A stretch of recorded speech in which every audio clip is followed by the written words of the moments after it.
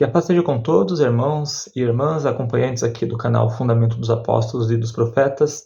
Eu sou Samuel Cordeiro e vou falar um pouquinho hoje sobre a carta de Elias, enviada após o seu translado nas nuvens, como diz em 2 Reis, capítulo 2, onde narra ali a sua separação de Elias através de um redemoinho nos céus e tudo mais. Por que eu vou falar disso? Muitos creem que Enoque foi arrebatado nos céus e que também Elias foi arrebatado nos céus. Então, primeiramente, eu vou falar de Elias, que, segundo alguns estudiosos crentes da palavra, Elias está nos céus do Senhor devido a essa passagem. E quando nós falamos sobre esta carta, muitos dizem que ela foi escrita ainda quando ele estava ali no reinado de Acabe, finalzinho do reinado de Acabe. Uns dizem que o espírito dele profetizou para o futuro aquela carta, quando vem que realmente não batem as datas, mas enfim, eu vou colocar aqui alguns versículos que vão provar que Elias enviou essa carta em aproximadamente 10 a 13 anos após o seu translado, que se ele enviou uma carta após isso, então quer dizer que ele não estava no céu. E é isso que nós cremos e é isso que eu vou mostrar agora. Então, separei alguns versículos aí na tela, como vocês podem dar uma olhada, que aí tem 2 Reis, tem Crônicas também. E eu quero começar aqui lendo a carta de Elias, que é o versículo onde nós descobrimos que ele não ascendeu aos céus do Senhor. Então, vou ler aqui para vocês, vou pegar aqui minha Bíblia. E aí está na tela também, os irmãos podem acompanhar aí na tela, o versículo também está aí, o recorte, mas eu farei a leitura aqui na minha Bíblia. Então diz assim, segunda Crônicas, capítulo 21, verso 12, eu vou ler do 12 em diante. Diz assim: Chegou-lhe então um escrito do profeta Elias, que dizia: Assim fala o Senhor, Deus de Davi, teu pai.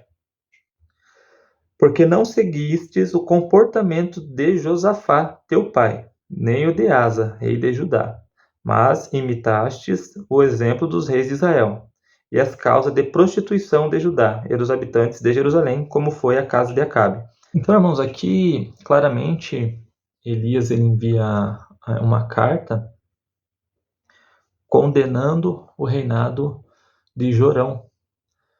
Temos que ter cuidado para não confundir Jeorão com Jorão. Então, ali em 2 Reis, capítulo 1, vai falar da morte de Acasias e do início do reinado de Jorão. Porém, aqui, Jeorão é filho de Josafá.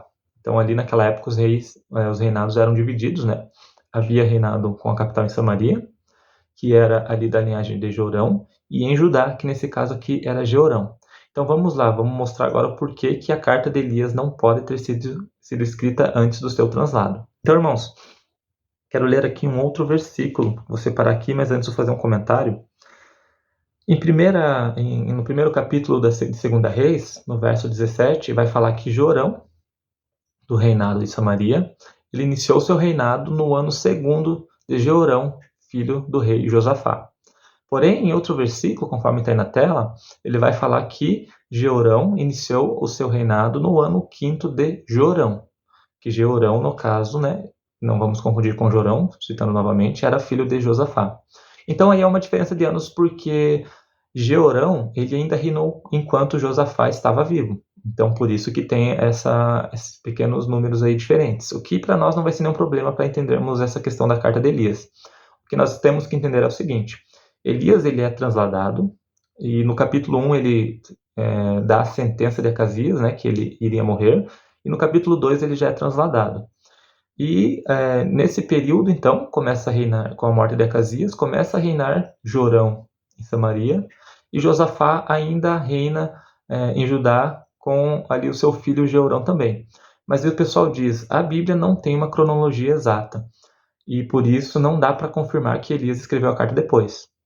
Em uma parte eu concordo que realmente a Bíblia ela não é cronologicamente. Então, por exemplo, Moisés escreveu o Gênesis muito depois do início da criação. Tanto que Moisés dá alguns nomes de alguns lugares, até de rios, que na época do Gênesis ainda não existiam.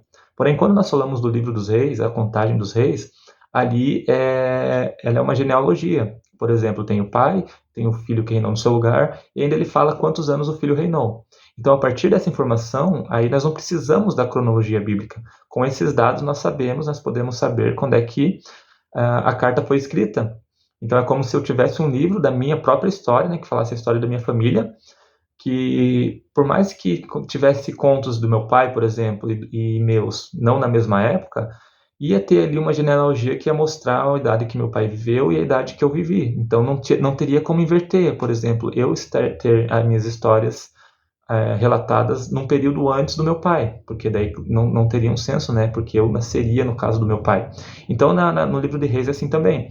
Então, quando Elias escreve a carta, no seu conteúdo completo, eu li aqui só o versículo inicial, né?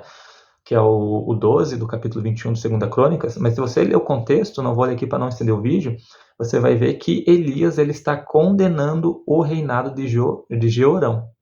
Então, irmãos, primeira questão, se Elias manda uma carta condenando o reinado de Jeorão, é porque o seu reinado já está no fim, correto? Não poderia Elias condenar o reinado de Jeorão antes dele ter começado, ou no seu início. Até porque, enquanto Josafá estava com Jeorão, aí estava tudo bem. O Josafá estava como exemplo de rei ali na sequência desse capítulo. Então, para que Elias pudesse condenar o seu reinado e lançar a maldição, né, que ele seria ferido nas entranhas e morreria, então é porque o reinado dele não foi bom. E tanto que ali no final do capítulo 12 de 2 Crônicas 21, você vai ver que após a carta, Jeorão ele viveu apenas 2 anos e morreu. Então, eu vou ler aqui agora. Aqui no capítulo no mesmo capítulo 12 que eu acabei de ler, né? Só que eu vou ler agora uns versículos um pouquinho para frente. Então acompanha aqui comigo para você entender essa questão. Ó, aqui vai ser a partir do verso do verso 17. Vamos ler aqui do 17. Não, perdão, do 18. Vamos ler a partir do verso 18. Depois de tudo isso, o Senhor feriu-as nas entranhas com um mal incurável. O mal foi se agravando dia após dia. E pelo fim do segundo ano, então pelo fim do segundo ano da doença. Então Elias profetizou a doença que durou 2 anos. Então no segundo ano da doença, saíram-lhe as entranhas e ele morreu em cruéis tormentos. Então tá vendo, irmãos? Aí olha o que vai dizer mais para frente. 32 anos tinha quando subiu ao trono e reinou 8 anos. Então, o que nós entendemos? Como Elias condenou o seu reinado, que durou 8 anos, e em 2 anos após a carta ele morreu, nós concluímos que Jorão estava no seu 6º ano de reinado, quando ele recebeu aqui a sua sentença. Os irmãos estão entendendo? Porque ele tinha 32 anos quando começou a reinar. Então, aqui é considerado o seu reino, a sentença para o seu reino após a morte de Josafá. Mais uma vez repetindo, Josafá teve seu reinado correto, ele não foi condenado por Elias. Então, a partir do momento que Elias condena Jeorão, é pelo seu reinado particular. Então não tem como fazer parte do período que ele reinou com Josafá. Os irmãos estão compreendendo? Então, após isso, 8 anos, ele condenou que ele reinou por 8 anos. E daí, nos últimos 2 anos, ele contraiu a doença que Elias profetizou contra e morreu. Ou seja, então, no mínimo aqui, Elias escreveu a carta quando estava no reinado 6º de Jeorão, sem o seu pai. Mais uma vez, repito, Elias não poderia condenar apenas Jeorão se durante esses 8 anos Josafá tivesse feito parte dele. Ou dos 6 anos também, no caso, que 8 anos foi quando ele morreu posteriormente. Então, esses 6 anos não faria sentido Elias só condenar a Jeorão, sendo que Josafá estaria supostamente vivo. Os irmãos estão entendendo? Então, o que foi? Essa condenação é posterior à morte de Josafá. E agora, para complementar e sacramentar que a carta de Elias foi escrita após o seu translado, eu quero ler aqui mais um versículo, os irmãos puderem acompanhar. Está aí na tela também, se os irmãos não quiserem abrir suas escrituras, que é 2 Reis, capítulo 3. Eu vou achar aqui o versículo. O capítulo 11, versículo 11. Então, segundo livro dos Reis, capítulo 3, versículo 11. Vamos ver o que diz aqui. Mas o rei de Judá disse: acaso não existe aqui um profeta do Senhor para podermos consultar o Senhor por intermédio?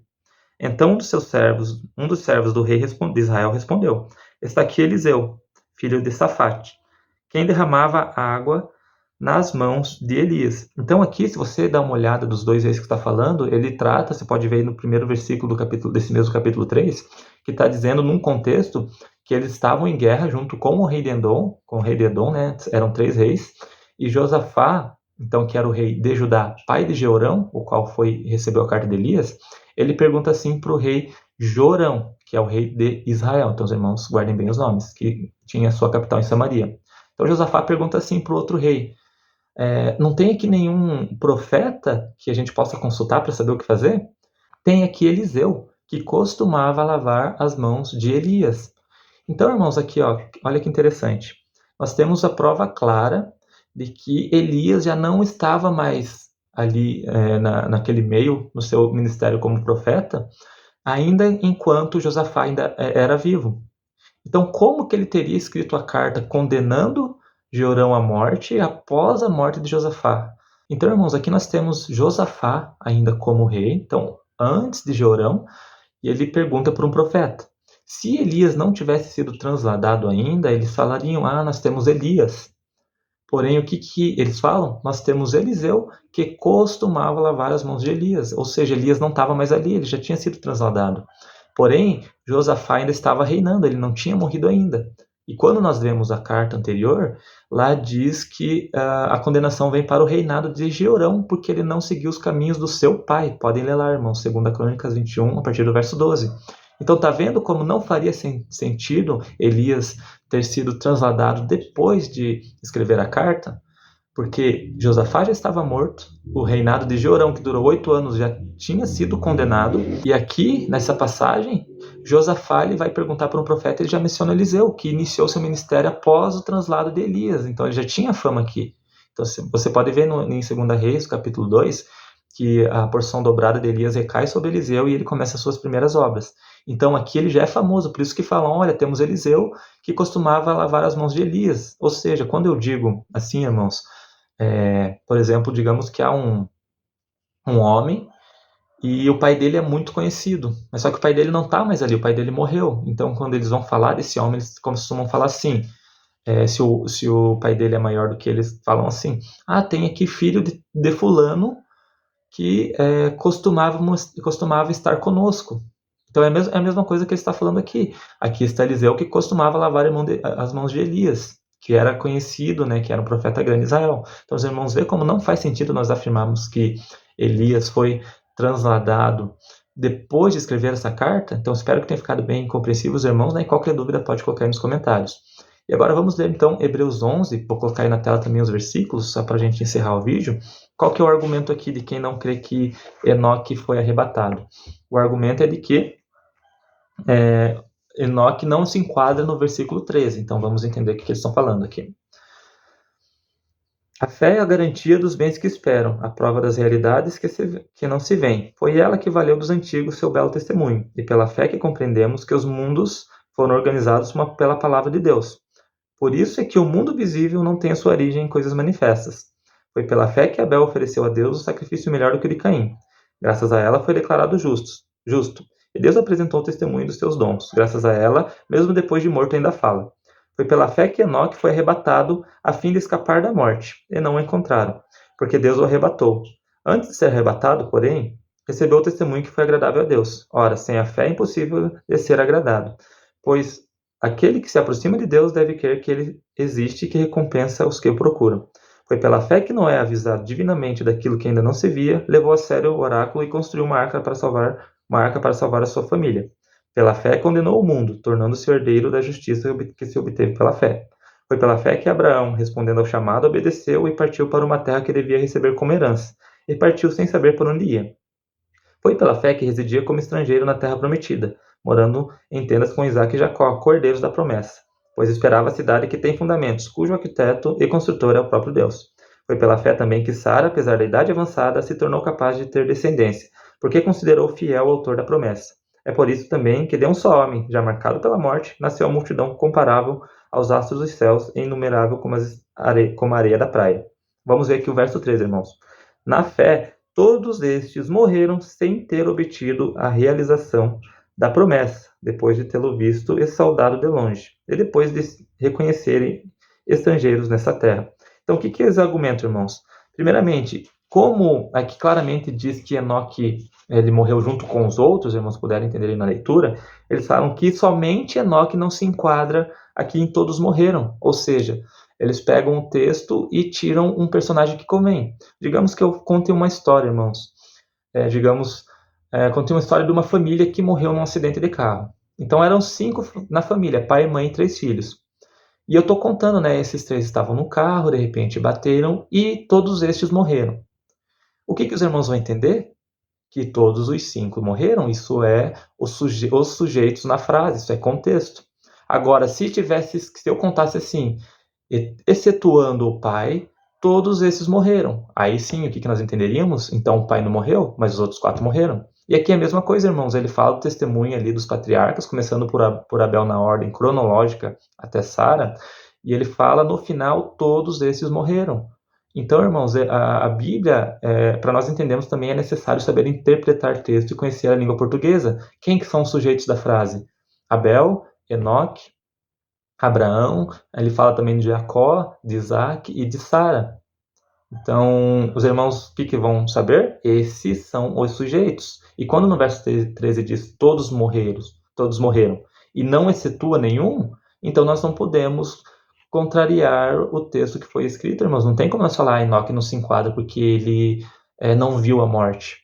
E aqui eles diz assim, ele escapou da morte, em algumas versões vai dizer ele não viu a morte, e não foi achado. Então, o que quer dizer? Que Deus o livrou da morte, porque o estavam procurando. Se ele não foi achado, irmãos, é porque alguém procurou depois. Então, o que que nós entendemos? Que Deus o livrou da morte naquele momento, mas que, conforme está no verso 13, ele morreu depois. Então, é isso, irmãos, que eu queria comentar com vocês. Espero que tenha ficado claro.